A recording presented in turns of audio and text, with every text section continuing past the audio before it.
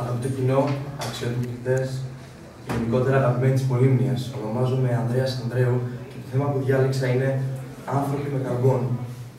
Ας κοιτάξουμε τον κόσμο από ψηλά, από ένα αεροπλάνο ή σαν πουλιά. Θα δούμε μικρές κουκκίδες διάσπαρτες σε όλο τον κόσμο. Ίσως φώτα, ίσως ζώα, ίσως χρώματα της γης. Ας επικεντρωθούμε λίγο στους ανθρώπους και όχι απλά στην εξωτερική τους εμφάνιση, στις ψυχές τους, βαθιά μέσα τους. Και ας κατανοήσουμε καλύτερα το έσχατο της ανθρώπινης φύσης, το έσχατο της ζωής. Ας προσπαθήσουμε να κατανοήσουμε τον καθένα ξεχωριστά. Αλλά είναι δυνατό αυτό? Είμαστε τόσα τρισεκατομμύρια και ο καθένας τόσο διαφορετικός από τον άλλον. Μιλάμε με κάποιο άνθρωπο και ακούμε κάποιες απόψεις με κάποιο άλλον τελείως διαφορετικές. Μα είμαστε τόσο ίδιοι και τόσο διαφορετικοί. Άνθρωποι με καρμπόν. Ρωτώ, γίνεται αυτό? Και το καρμπόν τι είναι? Ποιος το θέτει? Μήπως το εκπαιδευτικό σύστημα που προτάσει τον άκρητο δογματισμό? Διαφωνώ. Ο καθένας πρέπει να σκέφτεται. Εντάξει.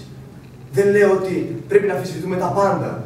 Πρέπει συνέχεια να διαφέρουμε από τη μάζα, να πηγαίνουμε αντίθετα στο ρεύμα, αντίθετα στο ποτάμι, αντίθετα στη ζωή. Όμως, πρέπει να κρατάμε το χαρακτήρα μας. Πρέπει να κρατάμε την ταυτότητά μας και να πηγαίνουμε μπροστά με τις δικές μας ιδέες, τις δικές μας αντιλήψεις, τα δικά μας πιστεύω. Ο καθένας είναι διαφορετικός. Είναι τόσο όμορφο αυτό. Η κοινωνία μας χαρακτηρίζεται από αρμονία.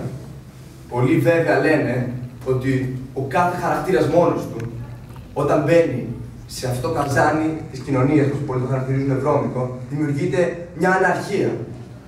Δεν ισχύει αυτό. Οι κοινωνίες μας έχουν δημιουργηθεί και συνεχίζουν να είναι τόσο γαλήνια όμορφες.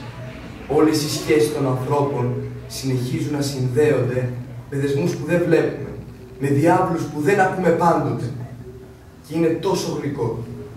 Άνθρωποι με καρμπόν, θα μπορούσαμε πραγματικά να κάνουμε μια κοινωνία ίδιων ανθρώπων, με ένα πρότυπο, με ένα καλούπι, με ένα πιστεύω, ένα ιδεώδες? Δεν το πιστεύω αυτό. Και έχουν αρχίσει ήδη οι πολυεθνικές εταιρείες του εξωτερικού να παράγουν μαζικά ρούχα, τρόφιμα και γενικότερα προϊόντα για να μας κάνουν ίδιους. Να ζούμε παρόμοια. Γιατί?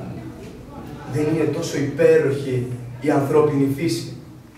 Μπορεί να ζούμε, να πεθαίνουμε, να μένει να κάνετε η μνήμη μας, όμως κάτι αφήνουμε πίσω μας. Είτε είναι ιδέες, είτε είναι πράγματα, είτε είναι άνθρωποι. Όλα αυτά είναι ζωή. Όλα αυτά χαρακτηρίζουν το ανθρώπινο γένος. Εμάς εδώ, άνθρωποι με καρμπόν, πώς θα μπορούσαμε να το φανταστούμε αυτό? Ρομποτικά νοούμενα ίσως όντα, τα οποία θα έκαναν τι? Το απόλυτο τίποτα. Ξανά και ξανά οι ίδιες κινήσεις. Συνεχώς τα ίδια προϊόντα.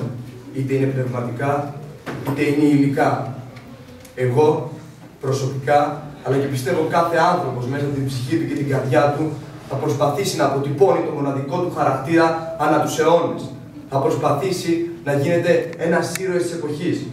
Και πιστεύω ότι μπορεί ο θάνατος να πλησιάζει, αλλά η ψυχή μας ζει αιώνια. Πιστεύει κανείς ότι μπορεί να φτιάξουμε κοινωνία με ανθρώπους με καρμπόν?